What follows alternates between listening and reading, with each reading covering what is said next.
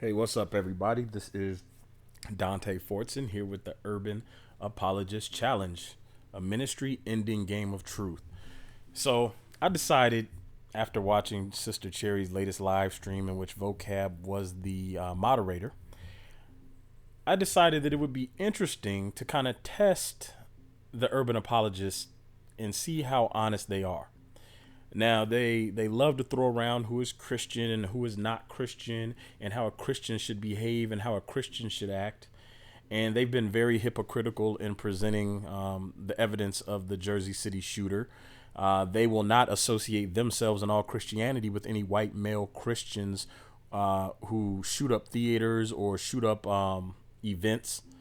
They don't associate themselves with white male Christian mass shooters. They are quick to distance themselves from the Catholic Church when pedophilia comes into play, even though the Catholic Church claims to be Christian.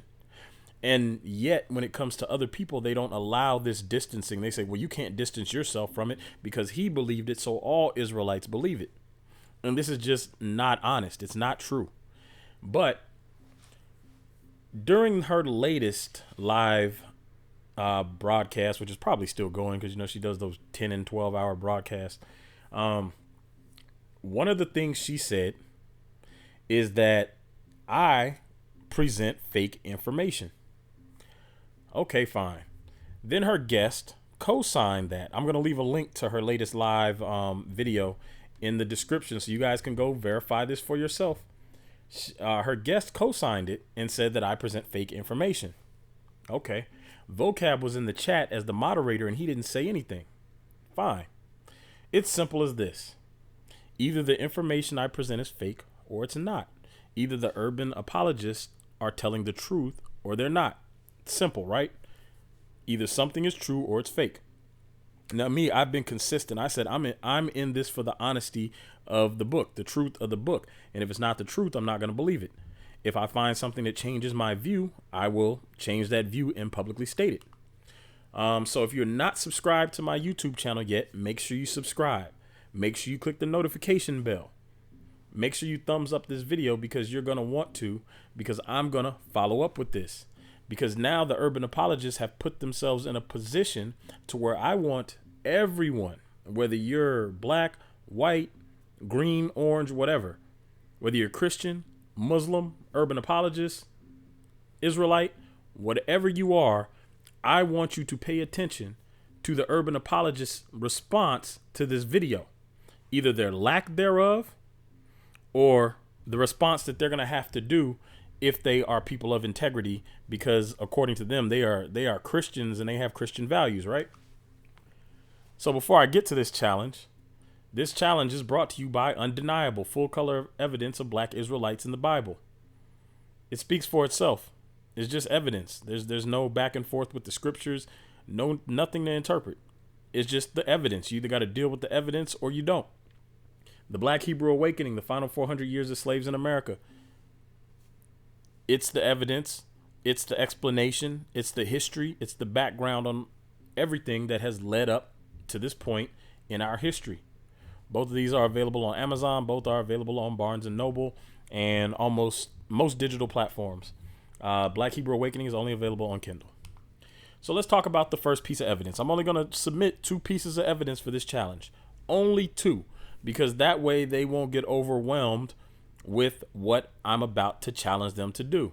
So Sir Harry Johnston, for those who have not seen Addressing the Evidence Part 4 and 5, Sir Harry Johnston wrote a book or published a book in 1910. This book is owned or housed at the Smithsonian Institute. And again, I repeat, the Smithsonian Institute. Now, in this book, The Negro in the New World, it has a section of text, this entire section, and these notes right here, which the urban apologists have said are fake. Now, again, they're either fake or they're not. Here's a close-up so you can read it for yourself. I'm going to read it for those who have not heard this part of the evidence yet.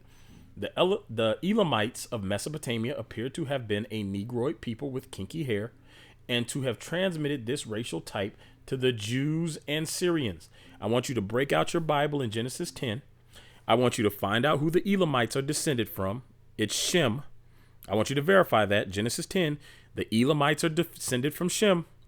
The Israelites are descended from Shem. This guy, Sir Harry Johnston, says in 1910 in the book he published, they appear to have been a Negroid people with kinky hair and to have transmitted this racial type to the Jews and Syrians. This is a curliness of the hair together with the Negro eye and full lips in the portraiture of Assyria, which conveys the idea of an evident Negro element in Babylonia. Quite probably the very ancient Negro invasion of the Mediterranean Europe, of which the skeletons of the Alps Maritimes are vestiges, came from Syria and Asia Minor on its way to Central and Western Europe. He says that the Jews have Negro features. I'm not saying this. Sir Harry Johnston said this. The Smithsonian Institute put this out. So let's go down here to the notes. The Jews are composed of 3 or 4 separate racial elements. The Asiatic Negroid strain shows itself occasionally in the curly hair, the long eye, and the proportions of the skull. The Jewish hybrids with the Negro in Jamaica and Guyana reproduce most strikingly the Assyrian type. Again, I'm not writing this. And Sir Harry Johnston in 1910 had no skin in the game of whether or not black people were Israelites or not. It wasn't an issue like it is now. So here's the phone number for the Smithsonian Institute. I challenge all urban apologists who say this information is fake. This is a simple challenge. Record yourself getting in contact with the Smithsonian Institute. Provide your evidence that this information is fake and get the Smithsonian Institute to release a statement co-signing that the information is fake. If they do that, I will post the update on my channel and say, hey, this information has been proven fake. We can no longer use it as evidence of Israelites being the Negro. I'm willing to do that because, like I said, I'm in it for the honesty. But let's see if the urban apologetics community has enough integrity to, if they cannot prove it, post the evidence on their channel, read the evidence, explain it like I just did, and let people know that you could not debunk it. And the Smithsonian Institute would not confirm that it's a fake. So I'm going to assume that because you guys are Christians, you are people of your word and people of integrity. So because you have put it out there that this information is fake, I expect you to either prove it or tell your audience you could not prove that it's fake. It's simple. Just be honest. If you disprove it, I'll update my audience with the information. Simple. So now let's move on to the second piece of information. This is from Cambridge University Press. This is published in 1985, and I wanted to show this real quick. Cambridge.org is how you contact Cambridge University. They have all their contact information on there. They have won 81 Nobel Prizes in putting out information. 250 peer-reviewed academic journals. You can contact them at journals.cambridge.org. Now, simple challenge. Here's the evidence. For those of you who have not seen it. Blacks and Jews, the same claim. This is published in 1985 by Cambridge University Press. In the first months of 1879, there was a massive migration of some 5,000 blacks to the northern territories of the United States, mainly Kansas and Oklahoma.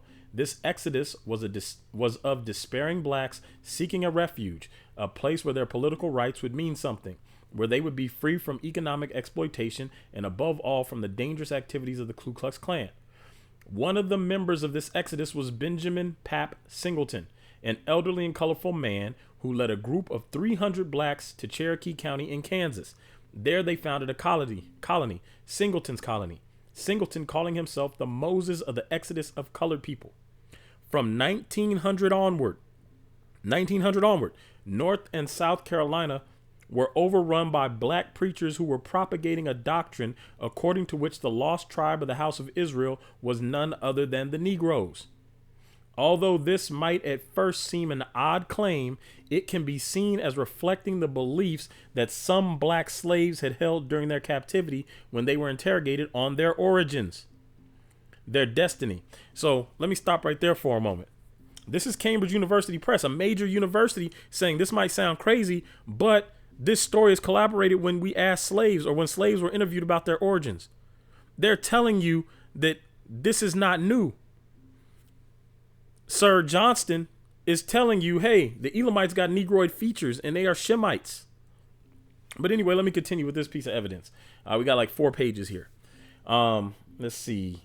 Let me catch up to where I was. A historical example. I'm here for anybody who's trying to read along. A historical example supports this hypothesis. What? A historical example supports this hypothesis? This is a university saying this, not Dante, a university.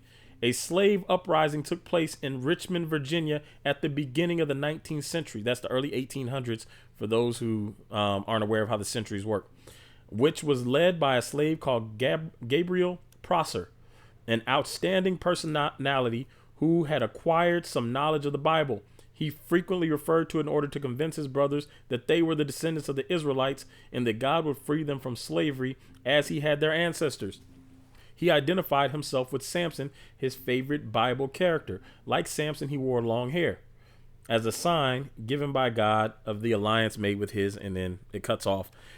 We'll jump to page 231 in the same document put out by Cambridge University Press. It is well known that 1500 years before Islam, Judaism was present in Africa. Travelers' tales and stories of journeys across North Africa, the Sahara, and the Sudan provide considerable evidence, that's that word, evidence, of the existence of Jewish communities on the African continent. Why would you have Jews in Africa? We know that from the time of St. Jerome, 340 to 420, a chain of Jewish commercial towns stretched almost uninterrupted from Mauritania to India. Get a map. Look up Mauritania to India. St. Augustine learned Hebrew in Tanzim. Get a map. Look up where Tanzim is. Where there was a Judeo-Syrian colony which came from Cyrenaica. What did Johnston say? Sir Johnston say? It appears that the Elamites passed on Negroid features to the Jews and the Syrians. And here we have Cambridge University Press saying that St. Augustine, who is considered a church father, learned Hebrew in Tanzim, where there's a Judeo-Syrian colony. But we'll continue. These groups went as far as Akkor in the southern Sahara, and according to the Chronicles of the Sudan, these are all African places, by the way, the dynasty of the kings of Ghana originated in this group. What group? The Judeo-Syrians who are in Africa. Jewish contacts and influences with the Black Africa were also noted by the Arab geographers. I'm not going to try to pronounce that name, who stated that the roots of the trans-Saharan trade in which Jewish caravans and interpreters were involved culminated in Ghana, and it cuts off. We're going to go to page 235. 235. In southern Nigeria, the natives call black Jews the strange people on the Imo Yokwayim. The black Jews in Nigeria? Again, this is a university saying this, not Dante. They are called the B'nai Ephraim, the sons of Ephraim. They claim that their ancestors came from Morocco, and this is supported by Godby, who noted that their language is a mixture of Maghrebian Arab, ancient Hebrew, and local patois. For example, Abu, meaning father, became Yaba. For mother is close to the Hebrew word. These Imo Yokwayim Jews live in the Ondo district and have a copy of the Torah. So they're in Nigeria. They speak Hebrew and they have a copy of the Torah. The study of customs and rites and the analysis of the semantics of these African tribes have led many of their observers to propose some hypothesis and even draw some conclusions. Dr. Allen, he's a doctor, probably not an actual doctor, but you guys know. Dr. Allen H. Godby reached the following conclusions. These factors have a very specific significance if we consider the presence of Judaism among the American Negroes. Why is Judaism present among the American Negroes? Ask yourself that. Hundreds of thousands of slaves were transported to America from West Africa during the trade, which started some 400 years ago. what traces of Judaism still remained among the Negroes of West Africa at that period. To the extent that they were persecuted, they were more likely than other Negroes to be seized during wars and sold as slaves. They said that these people are black Jews from West Africa and they're more likely to be sold as slaves, and they brought Judaism over here with them. So again, this is university, not Dante. It is virtually certain that many part Jewish Negroes were among those sent as slaves to America. How many of them would have been able to conserve some Jewish customs is another question. This conclusion put forward by Gabi, which argues for the existence of more or less recurrent Judaism in West Africa in the same places as those from which the Negroes were taken, is shared by others such as Maurice Delafosse, but most significantly has been adopted by a class of educated black Americans as a key argument to demonstrate that the Jewish religion is the traditional religion of Africans brought in slavery to the American continent. This is a university saying this. So here's the contact information for Cambridge University. If this information is false, as Sister Cherry claims, as the urban apologetics community claims, simply contact Cambridge University Press. Let them know that the book that they published is full of false information. If you get a statement co-signing that the information that they published is false, I will gladly update my audience and say, hey, this has been proven false and we need to not use this information no more. However, if you cannot, then you need to be honest and be a person of integrity. If you're in part of the urban apologetics community and you need to post this information from Cambridge University Press and tell your audience you have not been able to debunk it. But here's what I'm assuming is going to happen. See, the urban apologetics community is not honest. So they won't be people of integrity and they won't update their audience and tell them about this evidence. And the reason they won't do it is because they have to lie in order to maintain the appearance that we are not Israelites. Again, they have to lie in order to maintain the appearance that we're not Israelites, because if they start trying to debunk certain things and they fail and they have to now come out and admit and say, hey, this book in 1910 is legit. This Cambridge University Press book published in 1985 is legit. Then they lose ground. So I want everybody that's watching to hold them to it. If they don't do it, you understand why. If they try to keep silent about it, share this video with them. Make sure that they see the video and leave them with no excuse. They can't be allowed to keep making false statements and nobody holding them accountable while they play Christian, while they pretend and play Christian.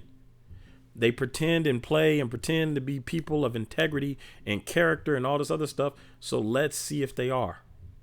If they don't do it, just be a witness and know why they will not do it. Just know that the information is real, because if it's false, as they say, they should easily be able to disprove it.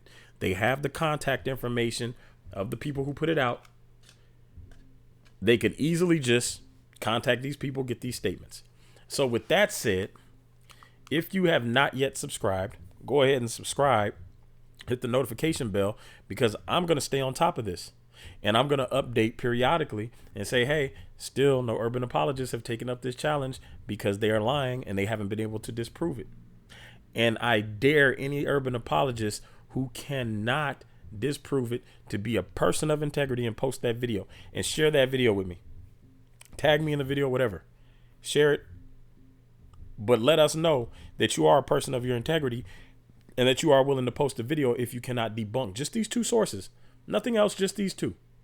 So with that said, until next time, I'm out.